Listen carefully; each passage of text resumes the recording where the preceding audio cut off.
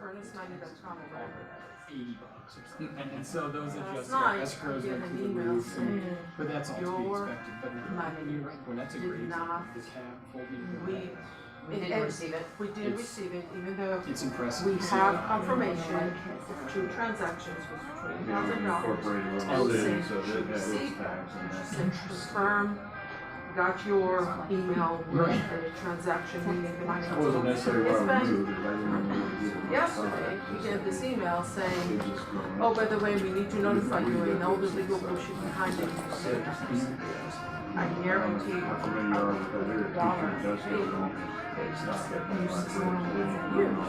because the money was not taken out. That is a big impact. I mean, I'm from Michigan, and so my wife and I have lived here for 5 years. So actually, it could now. be either And from his bank, so he's there now.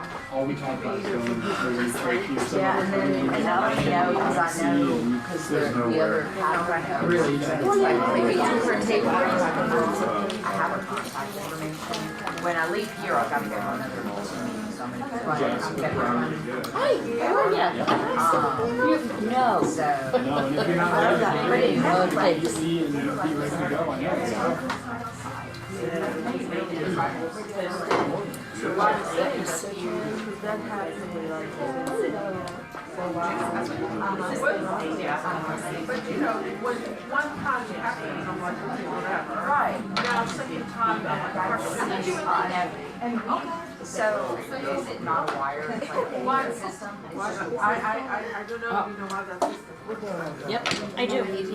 I don't know how that money works, because that's the issue. I don't know if I never use it. You never see it, So because they it's a are client. using a third party, you understand, just like. Okay, so then Illinois they're does. using, if they're using a third party, then they're trying to use, and we've debated it as well, they're trying to use, like. Yeah, Kimberly, is there an easier way to fill And out, so we have, and to get the people FMLS forms? And you really get to the section where like it's they, just it checking costs us every the little wire thing, cost like to do it. ceilings and what, like, is there easy, like, I'm going through But it, it I'm also thinking, may have I to don't do. remember. You check with them, it also may have to, if they're using a You third do. party. I would have to remember.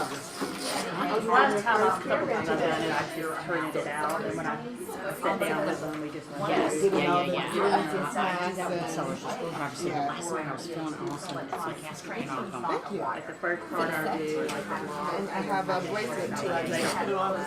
Yeah, that's what, When I get to. you know what, I'm going there, so I'm going there Thursday, That's the first with thing I do when I pictures, buy those your pictures, when the guys do pictures, Check when it they out. just go around the house and look. I'm thinking, oh, if there's an easier way. Yeah, A lot of things are right, Okay. irrigated, and, you know, they're talking about the ceilings, and, you know, are they this, and I'm thinking, oh, I can't remember if they had. You're making noise today. Every time I walk by, it was just like move, my bracelets or my earrings. I do not have a business card this I morning. have things like fires in the wall, For not, yeah, absolutely, I completely get that. so what would you do? You raise your hand and say, hey, Thank you. I want you. I need to know who over there is. That's how I used to be. Is that what's left over? Scoot in over and over and over. Hey, how you doing? Yeah, exactly. I would like to, it's not money, somebody needs to know that. Well, and like I said, I can like Catherine. How are you? Catherine is like, she's not like a regular attorney. She was hired like as part of the board forms and stuff. Catherine and I. Oh.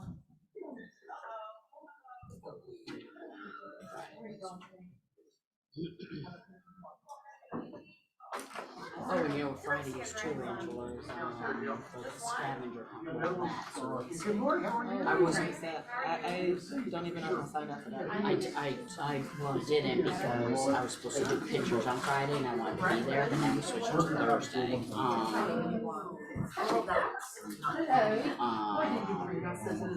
o'clock. So are you gonna get that one? Okay, yeah. Good morning. Yeah. Do you wanna take my kids for their spring break? What am I doing? I can barely afford this one. One of my best friends is Angela. All the time she takes one. Good morning. That's why Good morning, how are you? text Clark, good morning. Theory. Good morning, Jim. Good morning, sir. How are you? How are you? If people miss stuff, Hey, Ernie. yes, often they miss stuff. Oh, really? That's that's so funny. You'd be surprised by the number of times when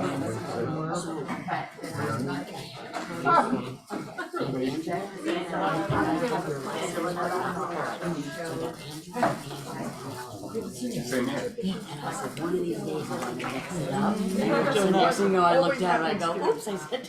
All right, well, before we get started, there's a lot to cover. Someone give me some good news. How about some good news? Yes, ma'am. I have a listing but it's in Lilburn, so it's a little bit away, but so what? It's good. Do the houses sell a little bit? No. They don't sell that, do they? They sell them right now. It's a great house though, it's a great house. Yep. Great house. I love that. Yeah, I do. So Nelson, this is good news. So some year I bought a buyer to your neighborhood postcards.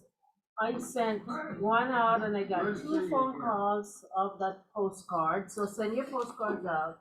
And it's a potential listing that would be the biggest one in my career yet. So send those postcards out.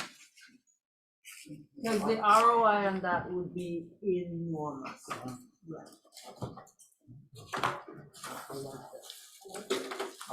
What else? Some good news. One of my listings went under contract this weekend. We ended up with 7 offers and about 30 showings. One agent called and said it was like the craziest thing she had ever seen in her career. And I was like apologetic, and on the inside I was like, yes. So it was a great listing. So I'm going to be sending some letters out to the neighbors, just letting them know people definitely want to be in the neighborhood. I love that. That's good news. Other good news. Take care of my grandson. One of them, Jamar, to Walt Disney World. It's his spring break. He is 14, and I get the feeling this will be our last spring break together. What do y'all think? Yeah. You think you want to go at 15 to Walt Disney World? What do you think, Clark? Maybe not. Maybe not. Maybe not. You can go on a mission trip with him next. I can, exactly. That'd be fun. But going to Walt Disney World is sort of the mission. That's crazy. Any other news y'all want to share before we move on? Well, since we're sharing about kids, my daughter brought 3 medals from her last track meet for hurdles, 400 and 100. Let's give them a hand. That's exciting. Anybody else that want to share? The next week about children and grandchildren. Brokers open. I'm going to turn this off so y'all can see.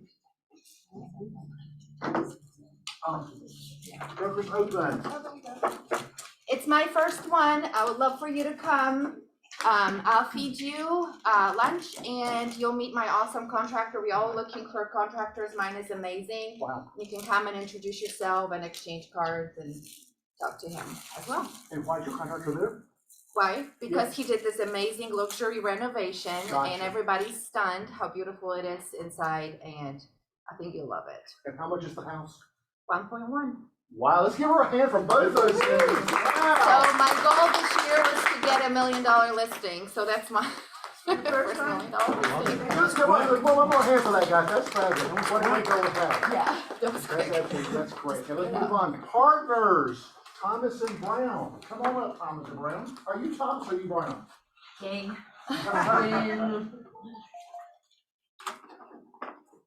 So I think if you want to advance it forward, but yeah, this is when you were talking about like sending postcards and sending letters out. This is something that I wanted to tell you guys about, that we're telling all of our buyers about as they're purchasing properties, but it would also be something that you could include in the things that you're sending out that I think will get them clicking onto your website and checking it out. So if you want to go forward, yeah, we'll do it. So this is the new GSCCCA system. Is this your presentation? Yes, it Let's do is. that a little bit later, okay? What? Can we do it a little bit later? You do it now. Oh, I need to, if I can. It's up to Do the you. program. What? Do the program. Okay. We'll make it happen, we'll stop. Okay, so this is something that GSCCCA has put out. If you have checked any deed records, then that is the same system. It's just the FANS portion of it, which is the Filing Activity Notification System. This is a way for us to register our names and our properties so that we know if anyone has deeded our property away or filed any kind of a lien against us or done anything like that. If anything happens, time is our friend for that sort of thing. So finding out about it as early on and as possible is very, very helpful. And there are some systems out there like Title Lock and Home Lock and some of those that are selling our homeowners like $30 a month subscriptions to monitor our titles and protect our titles. And there's no reason to pay a subscription service to anyone. This is absolutely positively free. It is for every single county in the state of Georgia. So if you want to go forward with another one. So some of the things to know just about the properties that are potentially at risk for title theft. And this is properties that are vacant, properties that are unoccupied. Why? Because no one's got their eyes on them. Because potential buyers can come and look at them. Because these people are not just taking the title, right? They're then going and selling it to a bona fide innocent buyer who doesn't know that they're dealing with a fraudster as a seller. And so those that are vacant and unoccupied are going to be primary targets. Rental properties and investment properties, because even the neighbors are used to seeing a lot of random people around and nothing is really triggering them for any particular concern. Senior citizens' homes, because they may be less aware of what's coming in, and quite frankly, they're getting a lot of confusing things happening around their properties and in their mailboxes already. So they don't know what is legitimate and what is not. Any properties with absentee owners, and then also mortgage-free properties. There's a certain, and the loan people in the room will love this, there's a certain benefit to having a mortgage on your property. And one of those benefits is, even if it's just an equity line that they do not use, is that if anyone's trying to sell the property, what do they have to give the closing attorney? The social security number and the account details for the mortgage, and that's not something that's publicly available. So having a mortgage on your property is actually a way to protect it from theft. You want to go to the next one? Properties with complex ownership structures. When we have LLCs and corporations and other things that are selling properties, we ask them for copies of their operating agreements.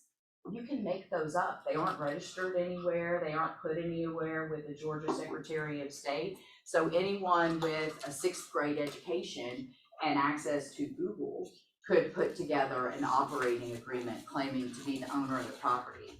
Properties with disputes or estranged ownerships, obviously when we talk about title insurance, one of the examples of why you get title insurance was actually here in Cobb County years and years and years ago, where they sold and built an entire neighborhood on the property and one of the heirs' interest was missing.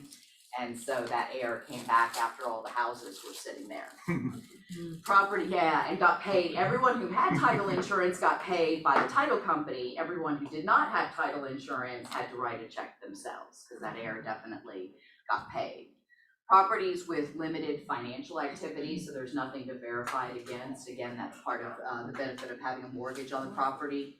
Anything that is remote and rural, because again, it's easier to get away with things when no one's got their eyes on it. So acreage in the middle of nowhere, even if they have neighbors, the neighbors are 10 miles away and they don't necessarily know that there's a truck or a car coming onto the property. And then properties with public records access. I mean, the good thing is we have access to our public records very easily on our computer, even when Fulton County is down for cyber hack. We have GSCCCA, but so do the bad guys.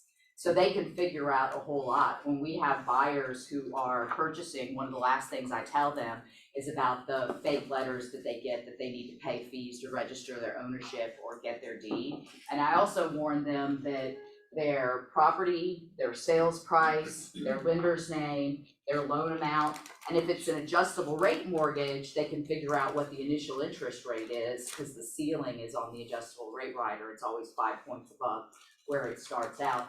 All of that becomes a public record, so they can get completely fake letters. I usually, when I'm getting my mail, I have like 3 basic things that happen to it when it comes in. The recycle, because it's like the truly like a thousand, unfortunately, real estate agent postcards, right? And other vendors. And then I have things that I'm gonna shred because they're the 7,000 credit card applications that I got that I don't want going into the trash can. And also things that I'm gonna look at later. And one of the things that made it past my initial review one time was a authorization to auto draft for my equity line, and my equity line was with a little bitty bank in Monroe, Georgia. And so I was like, oh, great, they finally decided to automate. And it was only when I really looked at it that weekend that the lender's name was really big, and then very small somewhere else it said, with regard to your loan with. So that sort of thing, and that's because they have access to public records.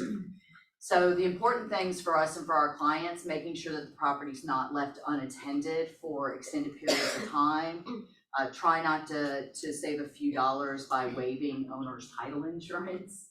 Owner's title insurance, the enhanced policies protect for fraud after the fact. We used to think that we were only concerned about the things that happened in the past with our titles, but now we know that bad actors may try and take title to our property. So for about 10 years now, the enhanced policies have protected and defended so that if someone tries to take the title to my property, the title company will pay the attorney's fees for that as well. And then considering putting a mortgage on there, like I said, even an equity line. Sure, I got a question for a friend. So if somebody owned the property and they've owned it for a good number of years and they don't really remember who the closing attorney was at the time, Yeah. and they don't know if they had owner's title insurance or not, what would you tell my friend to do? So I had a real estate agent reach out to me because I did her closing, but I did her closing 20-something years ago, right? And she knew that she got title insurance, but she wasn't sure whether it was an enhanced title policy. She's thinking about putting the property into a trust or an LLC. She wanted to know what her options were. I was able to go back and find, we've got some title company plants that we can go to where we're looking for policies. If the closing attorney doesn't exist, and the limits on how long closing attorneys have to keep records under the Georgia bar is like 4 years. Now, we keep them for a lot longer than that because they're digitized now, but 20 years ago, they really were not that. It was still a lot of paper that may end up getting scanned. And if it was like Morris Hardwick Schneider, the bankruptcy court ordered a destruction of all of that when they filed for bankruptcy. And we've had attorneys that have died or retired, and those records just get lost somewhere along the way. Hopefully disposed of in a way that didn't send our social security numbers out into the ether. So, you know, the best case scenario is we can find an existing policy. 20 years ago, it wouldn't necessarily, it was right when we were starting to get some of the enhanced policies. But worst case scenario is purchasing a new owner title. So that you can Purchase a title policy anytime that you want to. We just need to run title on it because obviously we're insuring it as of this date. The other thing to think about is the old policies only protected for the sales price that you paid for it. And if you bought it 20 years ago, it's probably worth a heck of a lot more now. And the enhanced policies do increase in coverage. For about 5 years, it'll increase a little every year, and it will insure up to 150% of what was originally paid for it. But if you bought it as a $200,000 lot and you put an $800,000 house on it, then at that point you're uninsured for the value. But if you bought it and you didn't do anything to the house, the title will last until as long as you own the house, right? Past the time that you own the house, because if you sign a general warranty deed, which we don't really do these days unless you're an investor with a 25-year-old contract, if you sign a general warranty deed, then you're promising to the buyer that title is good back 50 years. So you could be sued by a buyer and your title policy would protect you if you were sued by your purchaser too. But again, in case of his friend, if he doesn't remember the lawyer, you as a lawyer, for the new closing, will find the title. We may be able to find it. I mean, it's a matter of, the unfortunate thing is if we can't reach out to the closing attorney, we don't even know what title company to look for. If they used First American, Fidelity, Chicago, Old Republic, Stewart, some of the big guys, we know how to access those. If they issued it through a little bitty title company, there may be too many to look at, but there's really only about 6 big title companies in the entire nation. So, and those records are online. So some things to look at is credit monitoring, so third-party sites are available. Most of the banks will offer the credit scores. Credit can be locked. Real property records are different from every state, and most records are contained in the county, or if you're in Louisiana, in the parish records. Go forward. So this is a sample of the GSCCCA fan site. You don't have to have a username and password to access it. You don't have to remember a username and password to access it. You only really need to remember that you used either your telephone number or your email address. This is where what I would do if I were a real estate agent would be signing up for this while videotaping myself doing it. And I would send this out as a sample to everybody that I'm trying to reach out to. This is literally how you do it. And all you do is you go in there and you put either an email address or a cell phone number. It comes back with a code, and you enter in that code and you go into the system. The next time you go in there, you do the exact same thing. It just sends you back the code every time you're trying to access it, because it doesn't have to be secure. You're not giving it any information, it's giving you public information. So it's not like your bank account or anything like that. So I picked email address, and I used the email address that my husband and I share, because we've tried to put more things that are our household things into an email address that we have together. We have each other's account information.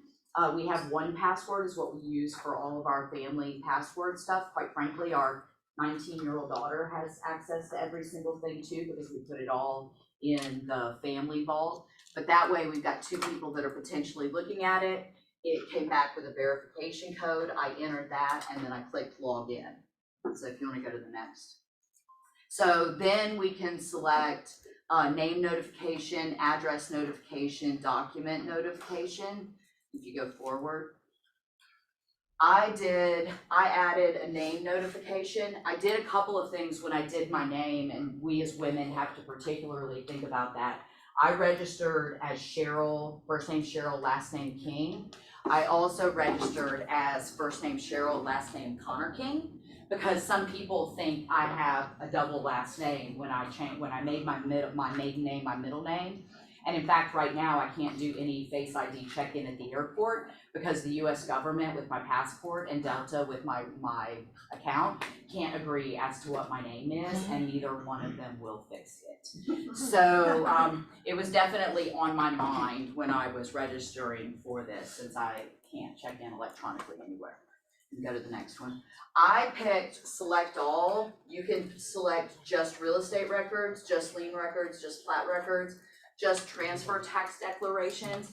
That's the thing that we fill out, that this is the seller, this is the buyer, this is the purchase price. The PT-61, the transfer tax records, is how the county tax assessor knows that there's a sale. So it's what the clerk gives to the tax assessor. And then UCCs, Uniform Commercial Code. So if they have any fixtures that are put on the house, I've seen it with those bathtubs that people, like the walk-in bathtubs that people will do, like they're remodeling their bathroom for their older years, or solar panels are a UCC. They're a lien on the title to the property. We've had a couple problems with closings where people didn't realize that was going to have to get paid off, and siding, things like that. So I picked everything because I'm erring on the side of I want to see everything that is out there. Aren't they doing that for like the heating and air companies that are? If they're putting anything big on there, or if they're putting anything that hasn't been fully paid for, and this is a federal thing. It's the Uniform Commercial Code that every state can adopt, and Georgia has. So it's a way to file a lien against the property, because if they're putting a $20,000 to $100,000 item that is now a fixture now attached to the house, a lot of times they're filing UCCs for those. So if you want to go to the next. So then what I've got is an address match where I put in our current property address. I've got a name match for John. I went ahead and did both of ours. You have to have permission. You can't do this for clients. You say when you're going in here that you're not using it to stalk anyone, and that you have authorization to put whoever's name in here that you're doing. And then I've got my Cheryl Connor King and my King. We get, because I'm married to a John King, we do get a lot of notifications, not a lot. We've gotten probably, if we've had it up for 6 months, I think we've gotten 3 or 4 notifications, because anyone who has a lien in all of Fulton County, against a John King, then we're gonna get a notification of that. An email goes to the email address that I gave them. I click on it, send the code, look at it. It's not my dude. So it's some other John King, and then I let it go. But I've seen what the notifications look like, and they're good. I know one of our other attorneys, Bryce Bell, got one. Didn't make any sense, different middle name for him, but he at least got it and was able to see that it wasn't him. So it says they're generated based upon the names, and it's only that going forward. It's not gonna look backwards to anything that got filed. So really, they're better off doing it. Everyone's better off doing it. You know, yesterday would have been better. Next best is today, right? So that it can show you anything that happens. It's only going to generate human names, so it's harder to use. It's not set up to be used for like LLCs and things like that. And then it's only what was given out. So it's a garbage in, garbage out. If someone files something against you and misspells your name, it's not going to come up as part of the search. I did try and account for my name variations though, and I'm solely responsible for the notification of what I entered in. So the other part that you can talk about if you're talking to clients about this is there are systems and companies out there that talk about title locking. When you read their description, it says that they're just providing monitoring services. I find it very deceptive that they're putting the word lock in their name for what these services are. When I was originally looking at them before GSCCCA came out with their program, I still wasn't a huge fan of them because they're charging people $20 or $30 a month to do this. One of the companies is, and I think they were probably the first one that started doing it, is a subsidiary of LifeLock, so that's the credit monitoring service. So you got to think that people thought, oh, I can lock my credit, now I can lock my property title, and you cannot. They have absolutely no history of ever helping with a claim or addressing a claim. I did read, they get pretty good reviews online, so if you look at their the number of stars they've gotten in reviews, they look pretty good. I read all 109 reviews for one of the companies out there that had reviews. Apparently the people who work in their setup processing are very, very nice, which is good. But that's just getting set up and then for them to take your money every single month. There were only 2 people that I found in the 109 who had ever used the service for anything. And both of them used it because the other thing that they offer as part of this is data storage. So you can upload documents into there. So there were 2 people that were out of town, their property suffered some damage, and they were able to file an insurance claim because they had saved their insurance policy into these companies' cloud storage. Yeah, I can pull that up in my USAA app too. I don't need to pay $30 a month to have access to my insurance policy. And if I didn't have an app for my insurance policy, I would certainly in my phone have the telephone number for my insurance agent so that I could get that done. So it's not worth paying that much for it. You can go forward. The other things just to remember for you all and helpful information for your to send out to your clients. What properties do you own? Where's the paperwork? We get requests to find deeds for people and they can't even tell me what decade they bought the property. I don't know what people do with their closing paperwork after they buy properties, but the What Change class, my daughter was doing the video edits for me and she said she and her roommate thought it was really funny that I said people fold their closing paperwork into paper airplanes and they shoot them off of overpasses. Because that's the only answer that I can possibly come up with what the heck they do with their paperwork. Whether they keep it in paper or they keep it digital, they need to keep it somewhere and they need to not be the only person who knows where it is. Because we have all dealt with that when that person passes away and the next generation is coming in there in order to try and figure things out and sell the property. So a list of all the bank accounts, savings account, investment and retirement accounts, debts, credit cards, loans, lines of credit. My mother-in-law passed away very unexpectedly May 1st of 2019. And John immediately got on a plane that day. I needed to get Gabrielle taken care of, and I came in a couple of days later. When he got there, he collected her very big cocktail ring and her phone. And he already had a list of all of her credit cards and bank accounts, because she wasn't that old, but she was also a woman who did not pump her own gas, so she is from a different generation.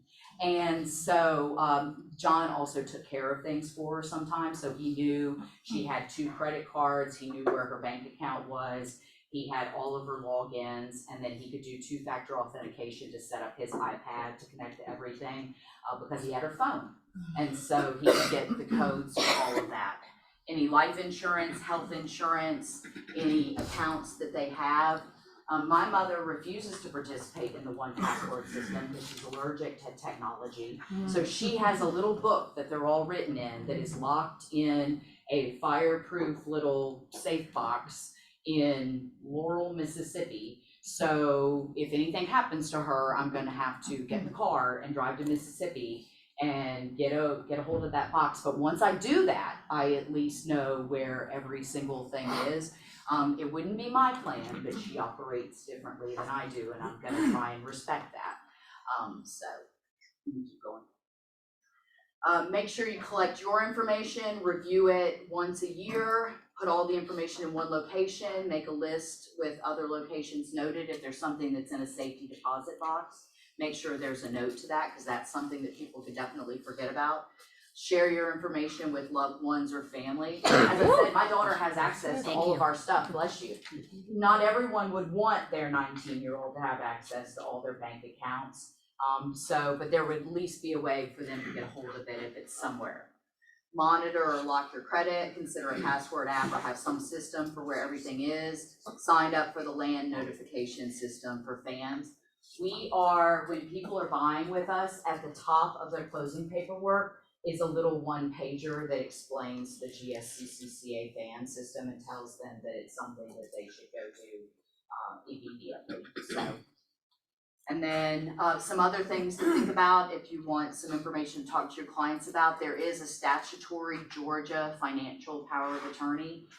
So as soon as my daughter turned 18, the things that we did with her, the things that a lot of adults don't have, which is we did financial powers of attorney, we did advance directive, she did her living will, she did her durable power of attorney for healthcare. So at 18 and 1 month, she was better off than most of the adults that I know in terms of getting that paperwork done. If you like to share out and if you listen to podcasts, and this is all gonna be on my website, so you can pull down the PDF and you can have the QR code. But one of the podcasts that got some really good articles and some information that you can share out is called The Perfect Scam. It's put out by the AARP. It is the original person who created it with, I was like right between her and the QR code. One of the person who originally created it in conjunction with the AARP was Frank Abigail. So that was the To Catch a Thief guy that went to work for the FBI. And he's retired now, but his son works for the FBI now. It is all kinds of scams, but it also includes a lot of real estate stuff. So it does the sweetheart stuff and all of those. It is one of the things that I really like about it is they're trying to take away the stigma of falling for one of these things. The people that are talking on the episodes are the actual people that it happened to.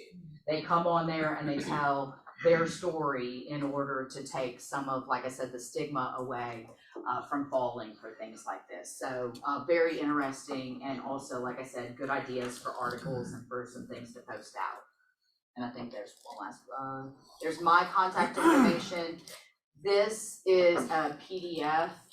There is on my SmartStips website.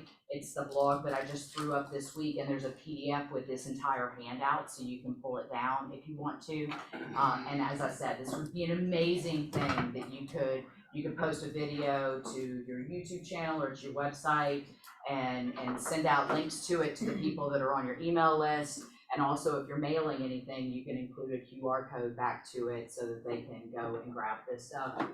It's very important for us to know, and I would love it if you all told everyone in the world about it, because I think it's really important. Anything else, Ken? Any questions? Yeah. Questions? I just want to say I love this. Thank you so much. This is great value to send out. Yes. At some point, in the future regarding, vacant homes, you know, what's been interesting in the news that I've heard and read is that Georgia's the #1 state for squatters. Yes.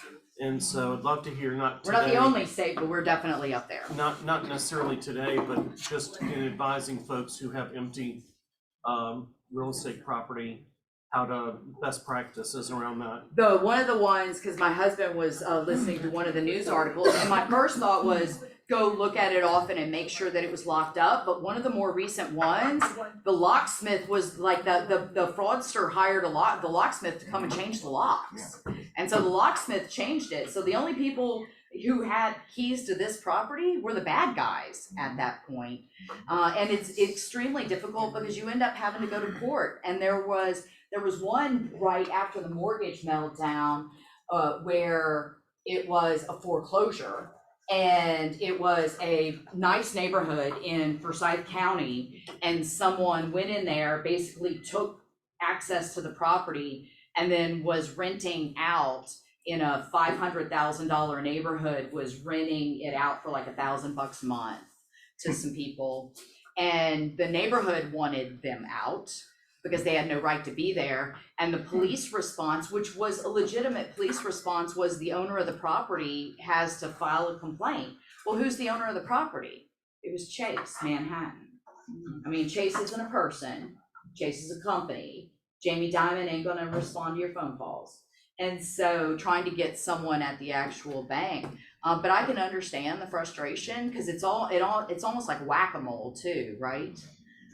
Where you get them out and they come in again. The Georgia legislation was just working on this just this month, so we'll see what happens. Yeah, and they can keep legislating, and we need to, right? And just like we're legislating against some of the deceptive wholesaling activity and some of the 40-year listing liens that are getting filed, the problem is at the end of every day, you have to call the local police, and the local police, you do not want them ripping families out of a house because one person said they need to be, right? What do the police have to have before they rip a family out of a property? They have to have a court order, and that is the simple fact of the matter.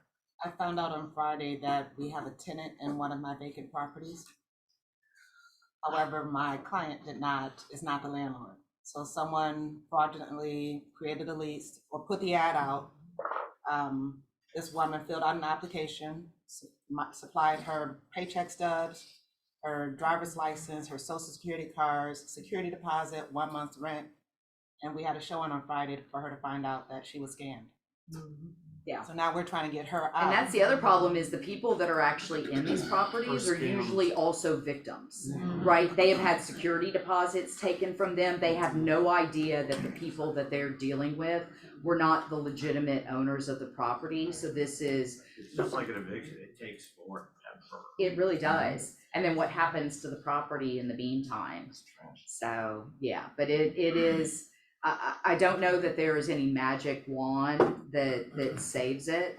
I don't know. I am interested to find out what authority that the locksmith had to change the locks on that one property. Like that's an open question in my head, is exactly what did you get from the owner that gave you the feeling that this person who's standing outside of the property with no access should, number one, be let in, and should, number two, be given the only keys that exist to the property now? Yeah, they don't, I know way too much about this. The locksmith do not ask for any proof. Yeah. You can call them and say, I'm locked out of this house. We're the property management company and we don't have keys because, the tenant lost them. They'll charge you an extra $25 for access, but they won't.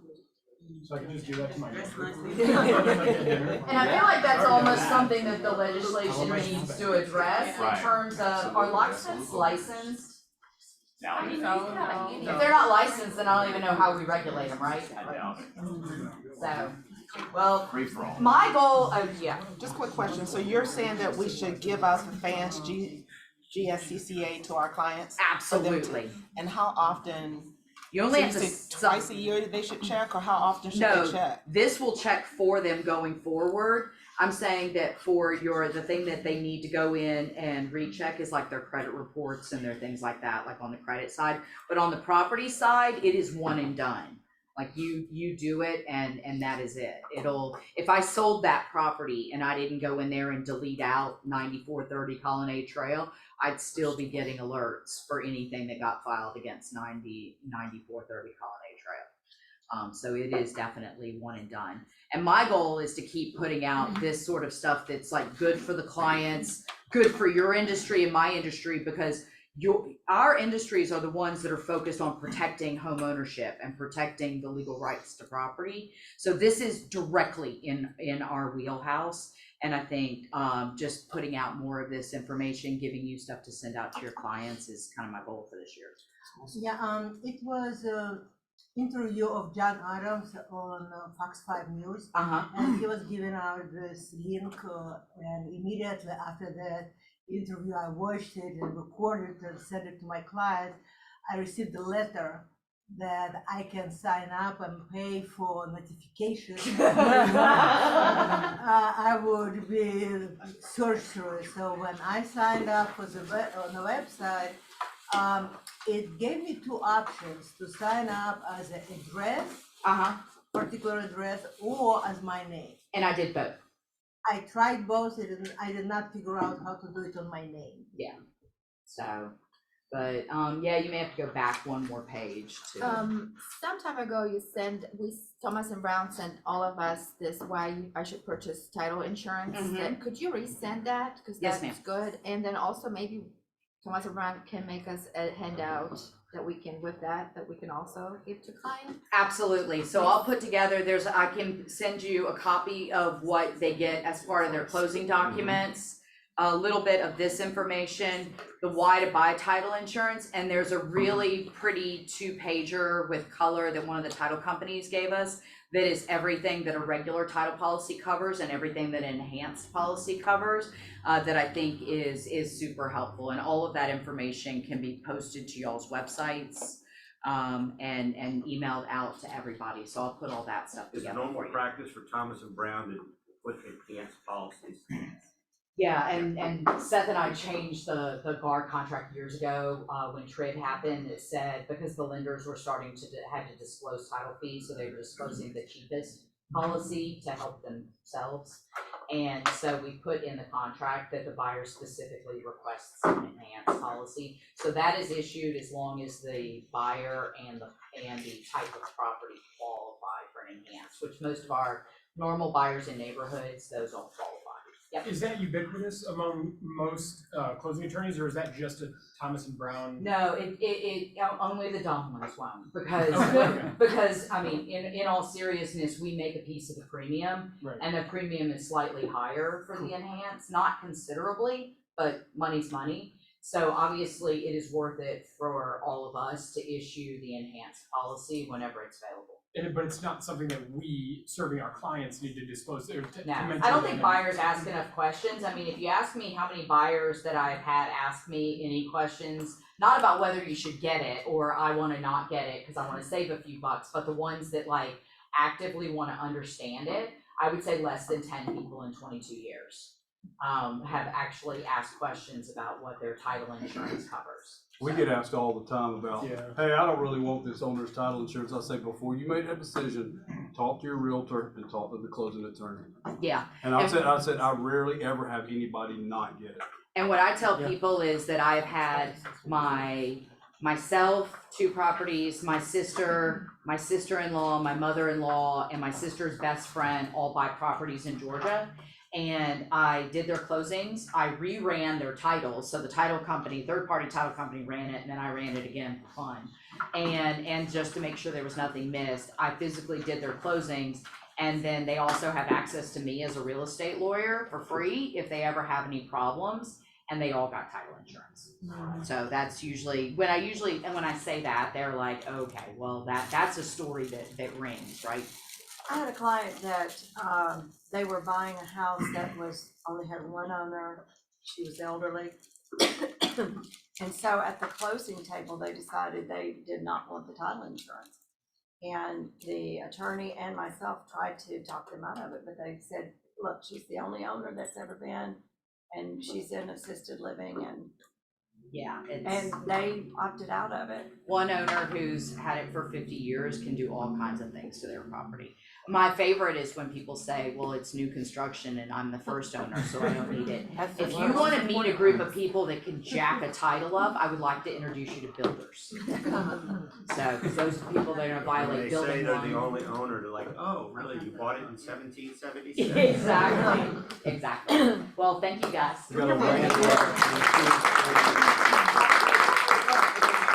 Taking care of us. She's always on call for me. Come on up. Come on up. This guy brought us breakfast this morning. Can we get my hand? All right, I'll try not to scare you. All that Can't information I heard, I learned a lot.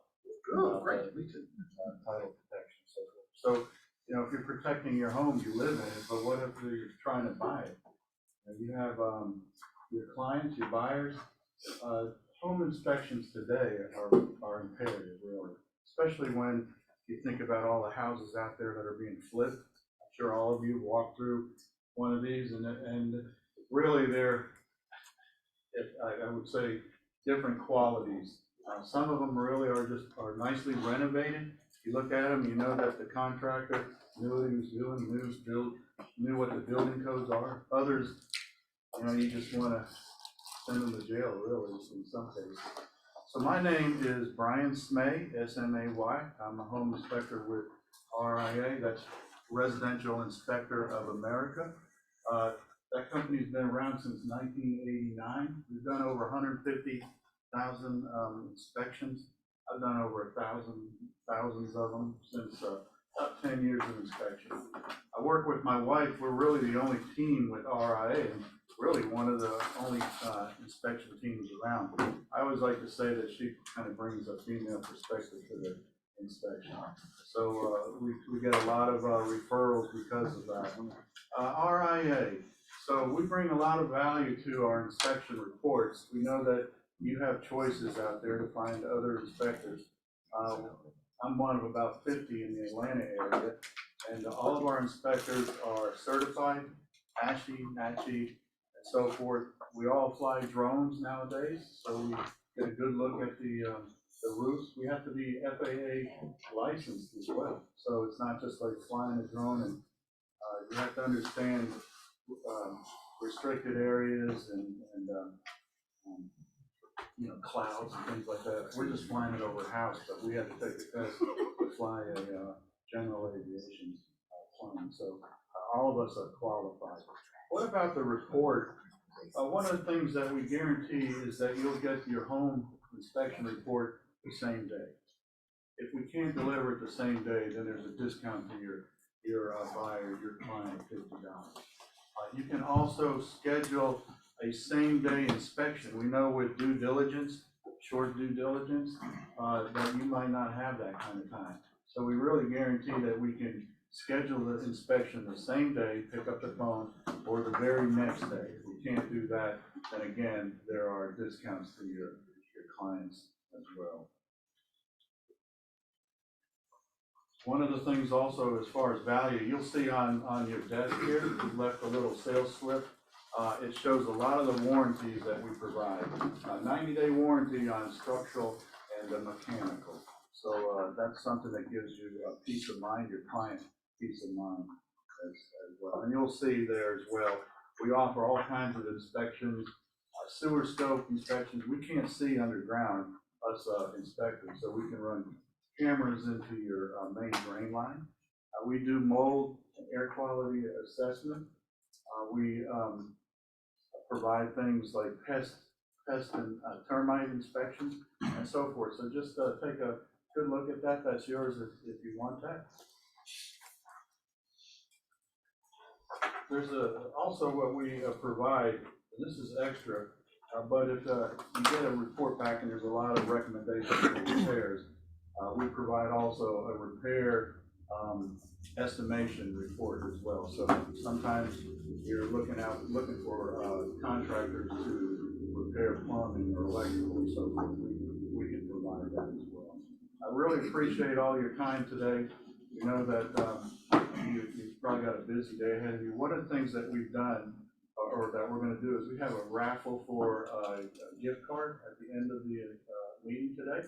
If you haven't provided a card, a business card yet, and you'd like to be a part of that, get us that, raise it up. Also, any questions? I see a hand up over here.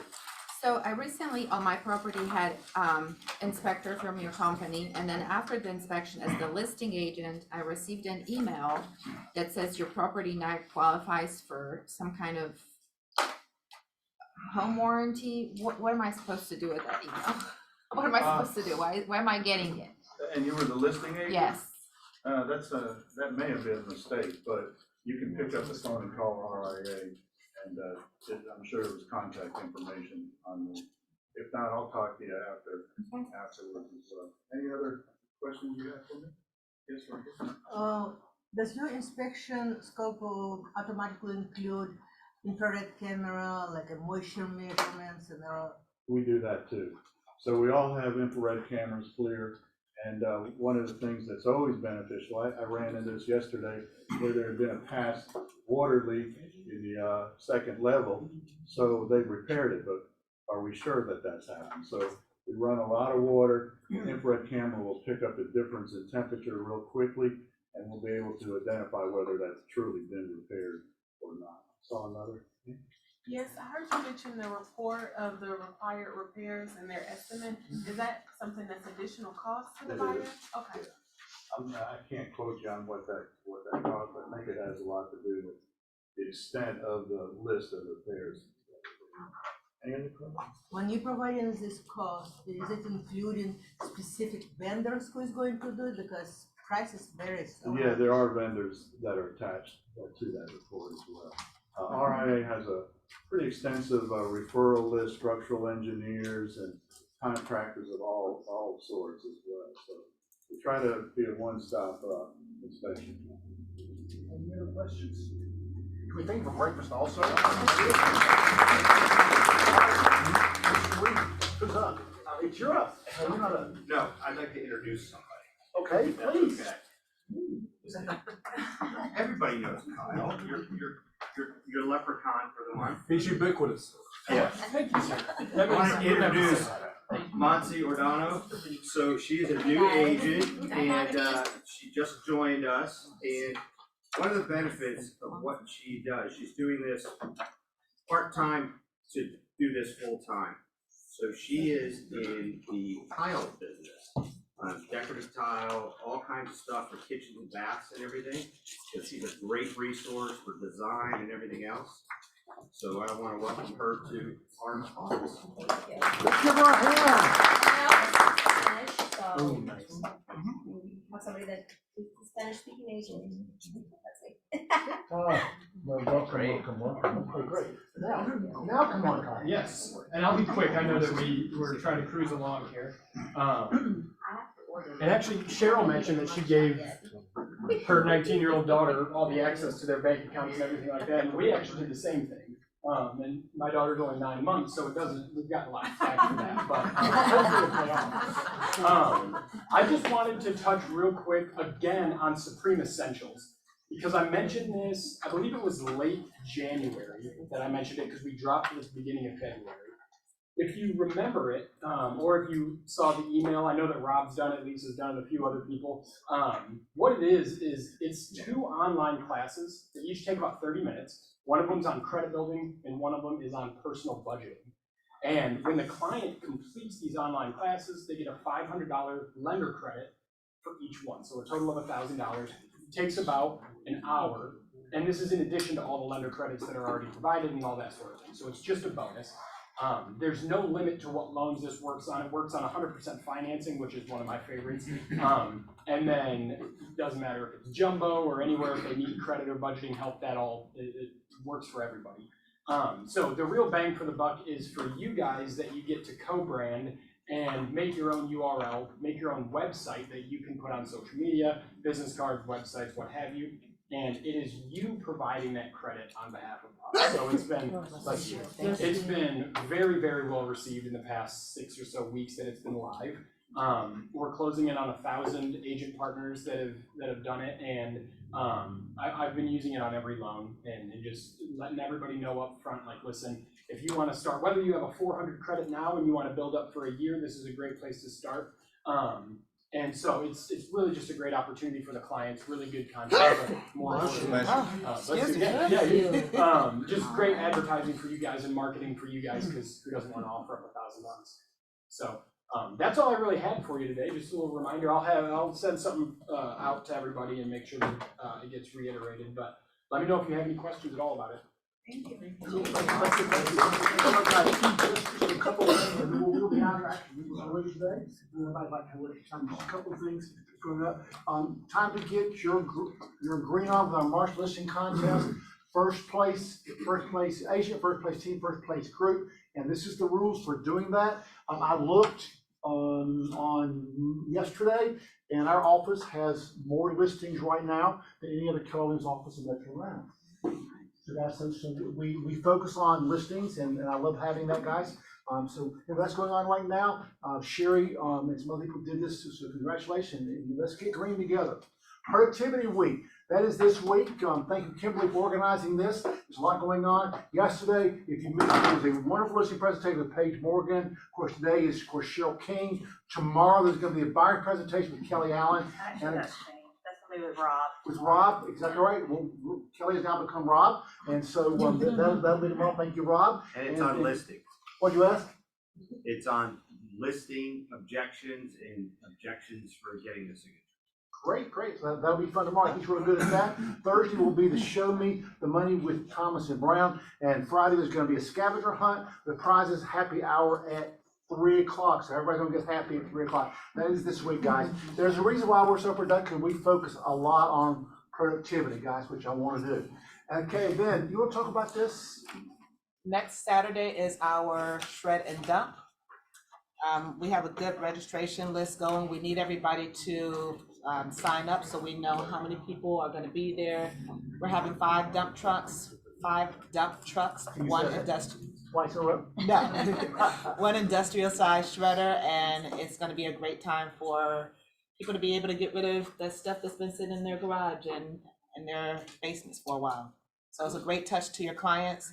I've been calling my database, and they absolutely love the idea. So it's a great way to keep in contact and offer some sort of value to your people. Angela, question. So it's not only a shredding day, but you bring trash? Yes. Yep, you can bring Wow. a couch. I'll bring a refrigerator. Not garbage. Not Not garbage. like furniture.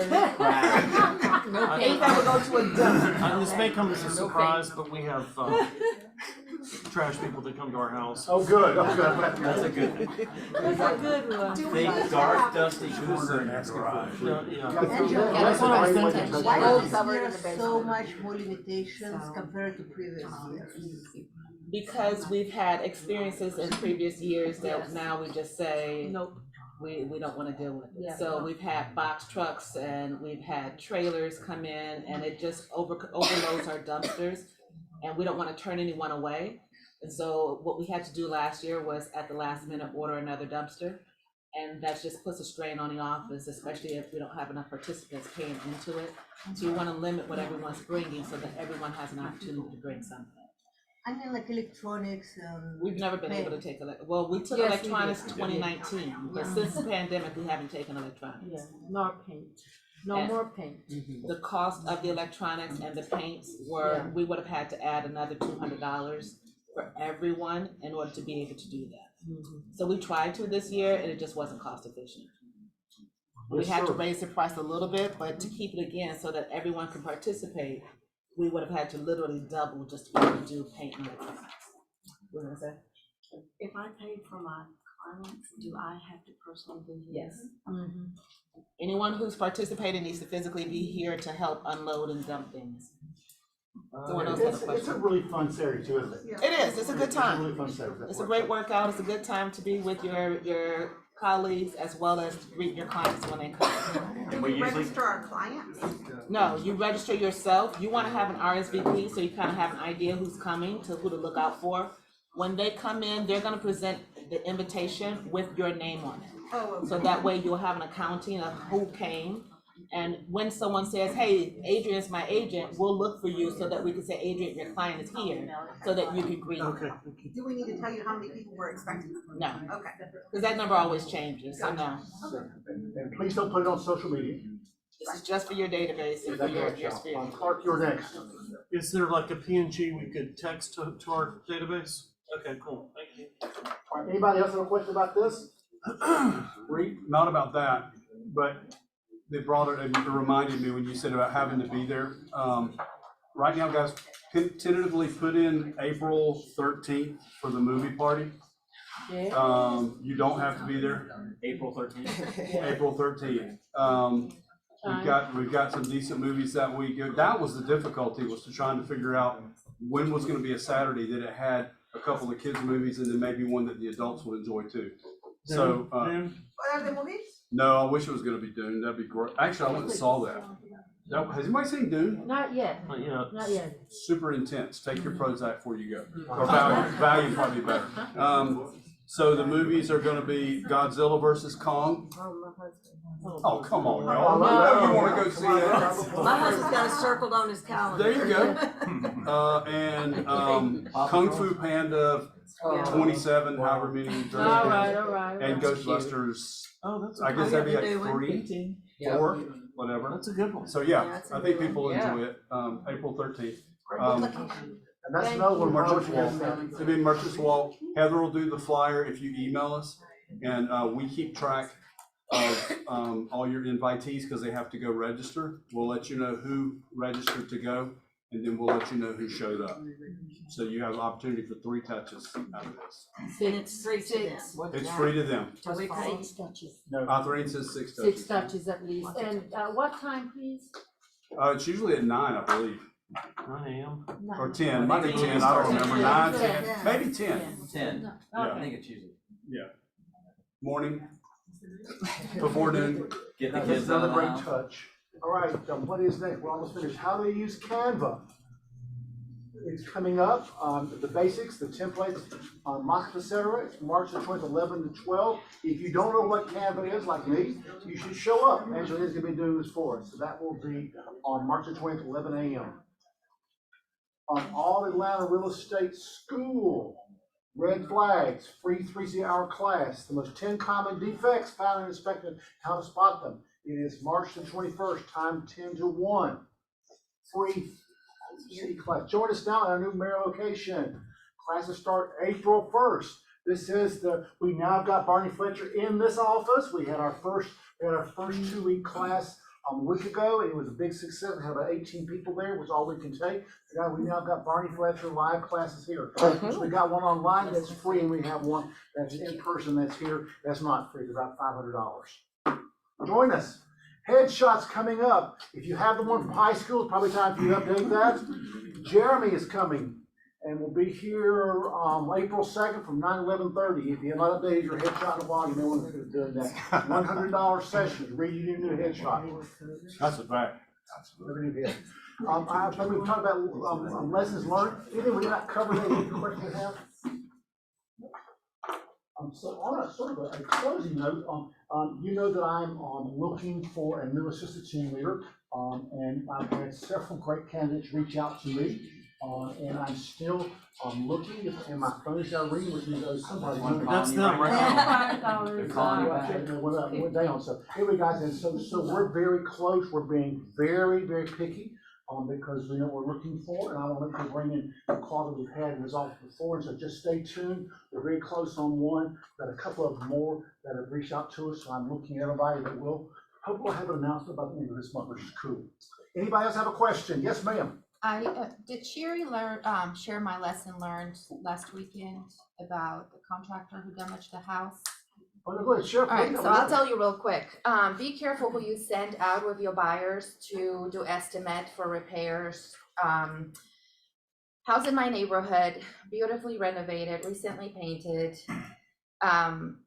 went through inspection. The next day, the agent sent her contractor with her buyers to the house. My clients, in the meantime, walk into the house and sit in their office while they're outside. The contractor goes around the house and still keeps banging in the house. And it's the PA Pacific something, the siding. Louisiana Pacific. Yes, and he goes and he chips it all around the house. Chips. Yes. My clients immediately go outside and take a video of the paint chips on the pine straw. Well, first of all, he's a $4 million builder who builds houses in Alpharetta, and she decided to send him to a $500,000 home in East that's 45 years old. So, you know, one flag, but it's not me. The agent ended up paying because we were holding the earnest money, but you cannot use the earnest money as a collateral or and in the end, the buyer in our purchase and sale agreement, the buyer is responsible for any damage when you're under contract during due diligence. Well, the agent didn't tell the buyers that we were pursuing them for the money. And in the end, it was Sherry and the other broker who had multiple exchanges. And the agent decided to take the bullet, and she paid my sellers for the repairs. So be careful who you send. And she wasn't there the agent wasn't there for inspection. Not that we need to be, right? Right. She sent somebody else there for the time of when the contractor came the following day after the inspection, and that agent didn't stop the contractor. So just be careful who you send trusted people. That's why I said, if you want to come and meet, if you don't have a trusted contractor, you want to meet mine, come to the caravan if you can. I have others too, and I'm always sharing with you guys who I have, trusted people who I use personally or my clients have recommended for me to refer. So did they buy the house or no? No, they terminated. They asked for $30,000 for new siding and new windows, and we had a backup offer. The backup offer bought the house $30,000 over asking price, and asked for $3,000 of like serious stuff that needed to be done, like the sewer clean out and things like that. We ended up closing really a good price without issues within not even 12 days from accepting the backup. Wow, good for you. So be careful, just my lesson learned. Thank you for sharing. You have time to hear one more situation, okay? So yesterday, I get a phone call from the agent in this office, and she said, I can't get my buyers into this listing. I said, tell me about it. She said, well, the agent had it listed, and she said she was having a tough time getting her seller to respond to letting buyers in. And the agent said to our agent, but if you will send me an offer, I think I can get you in. If you'll send me an offer, I think I can get you in. And they wanted this house badly, it was an area that they really wanted, so they sent an offer. The seller would not respond to the offer. It sat there, the offer died. It died, because it had a shelf life of 4 or 5 days, okay? Fast forward, about 2 days later, the listing supposedly expires. Listing expires. Another agent picks it up. We call a meeting and say, we want to get our buyer in. She said, great. So it says, who is it? Well, it's Mary and Bill Smith. I don't want them in my house. The reason selling one of the house, she says, I've been told by the previous agent if they come in because we had a contract offer that I get a protected period and I get paid also. Previous agent and the new agent. So the seller says, I don't want them in my house. I'm not going to pay you commissions. Well, can the seller do that? No. Yes. Can the seller do that? Can they refuse someone coming in their house? Yep. Yeah. Absolutely can. It's called whose house? Seller's house. Exactly. So seller can do that, okay? But they don't have to pay two And, commissions. but can the previous agent claim the commission? Not if it's a broker. Say again? Not if it's relisted. Okay. Yes. The buyers never went in, but they did permit to send an offer. I want to say but the first time around the listing, they never got back to the offer. So they sent him an offer, they never responded, it died. The guy. Her agent is saying she's the procuring calls. She's procuring calls. No, she's not. She needs to read the contract. But procuring costs is going over the threshold, isn't it? Great question. How did you receive the listing? And how does the protected period in the listing agreement It with the says initial unless there's, agent? it says unless there's another broker. So as soon as you have another broker, that dies. No. It dies. Yeah. It dies. Well, no, If it's on the market, off the market, then. Yeah, so relisted, it goes with the new agent. Right, well, what happens is if the listing expires, there's a second period. If the seller goes in and tries to sell it to one of the clients that came through the front door, right? Okay. If it expires though, as soon as they list the new company, guess what? It's done. All bets are off. Yeah. Oh. Yes, of course. 100%. So that was the answer to that question, that all bets are off, because they listed it after it expired. The last part of it was, so I said, Sherry, we still want to get our buyer in. Do you mind calling and finding out how we get in? She called like the previous agent. Guess what? It didn't expire. She extended the listing. Right? Second, but she didn't Because- get notice. Because they evidently was under contract with another buyer for 2 weeks. So they extended the listing for 2 weeks, which covered that gap. But she has to give notice to her seller that it's been extended. Right. Exactly right, Jeff. And seller has to sign that extension. Did the seller sign the extension? I don't know. But the easy part is that there is no protection period if it does what? Gets released. If it's relisted. No, it is. Well, If it's if it relisted. expires, there is no protection period unless the seller tries to sell it to somebody. But as soon as they relist it, what happens? It's fine. All bets are off. Bets are off.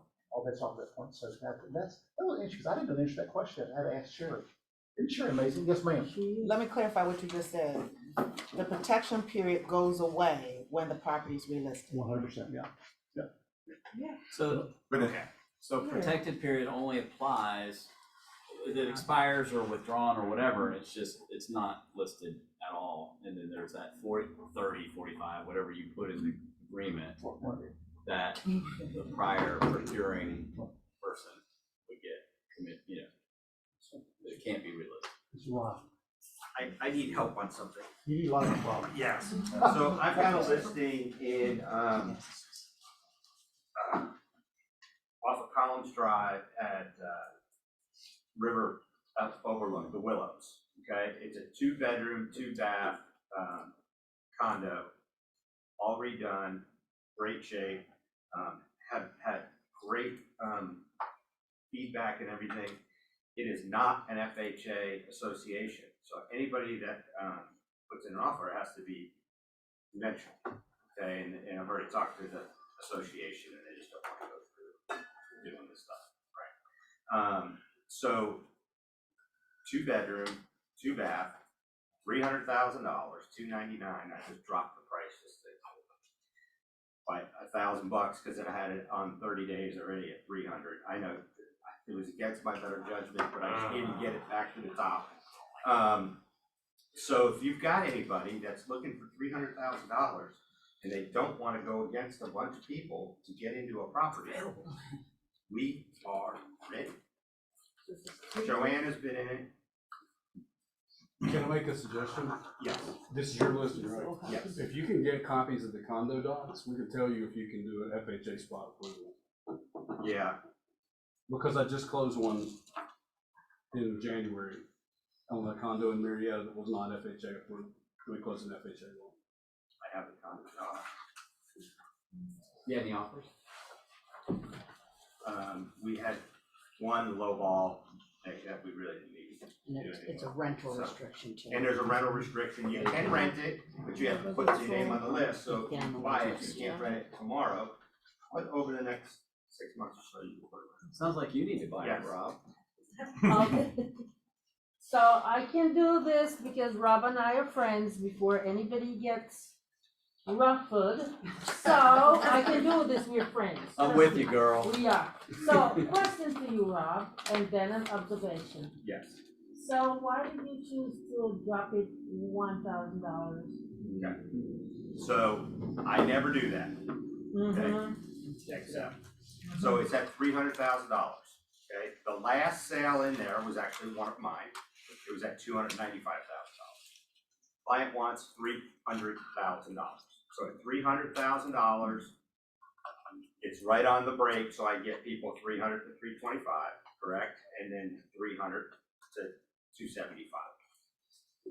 In order to get it after being stale for so long, to get it to pop back up on people's feeds and whatnot, I dropped the count. So Not enough. Oh, wait. Because I'm having so much fun right now. I know, if I was in your chair, I'd be saying the same Please thing. let me have some fun. Have fun with it.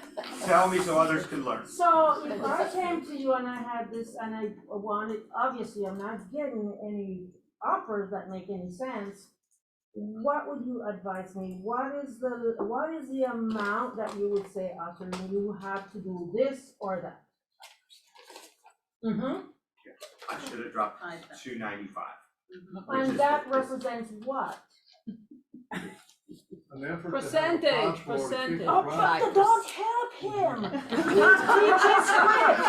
He's a scripts master. That's right. I am friends with him, so I can do Yes. this. So, no, and I thought about that. So my seller, okay, is a good friend. He's my best friend, right? And he will not drop that, right? His wife is Joanna's best friend. So trust me, over this. We've been going down this road. So Oh, this is so much fun. I know. So sometimes. What was your feedback? You use all the feedback's great. So Great, there's always a There's always a but. Here's the Guess thing. what happened? The scripts master got outscripted by his client. Oh my God! His client's a salesperson too, so. But here's But I'm going to defend him. The guy's saying 300,000, I'm listing somebody else. Would you still take the listing?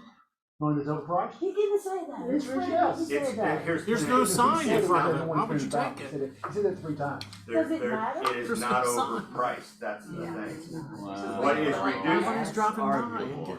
I love So here's what I think, okay, and I could be wrong, right? So in July, when I sold the last one, which was 295, we had offers at 300. The best terms were at 295, we took that. It is a $300,000, I mean, it is worth 300 all day long. The problem is, Market doesn't say that. well, Say it one more time, Virginia. The market's not saying that. well, What's the help, feedback? help me, because those. from last year? So, yes, so the other offers that came in were people not reading that it's FHA, you can't have FHA, so we had offers at 300 with FHA. You need to talk to another lender. Can't keep going. The answer is you must not want to sell that badly. That's right. He Motivation. doesn't, his wife wants to sell it quicker than he does, right? And it's in a state, so it's 3 different people. He has full range, but thank you for beating me. I like What are they? Just show it, damn it, just show it. Rob, are there written restrictions? Yes. Yes. Okay, I missed that part. Never mind. Anything else y'all before we move on? Thank you for your patience, morning. Had a little bit of an upside down meeting. That Oh, was we have good. a drawing, okay, come on, do the drawing. Come on, you're here to win, right? How about you reaching in here? Oh, let Kimberly do it. Kim, you wanna do it? Is everybody ready? Clark. Clark,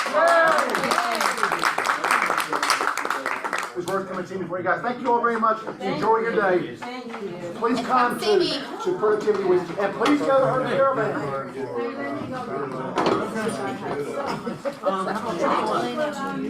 Magda. Thank you so much. Thank y'all. I would appreciate it. No, but it can we have pictures, we have AI pictures, how it looks. The neighbor has a.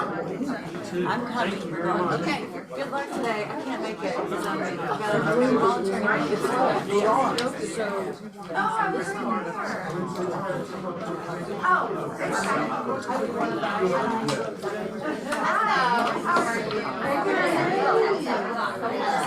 cool. You got me thinking about the title thing, and I started realizing, I think I probably have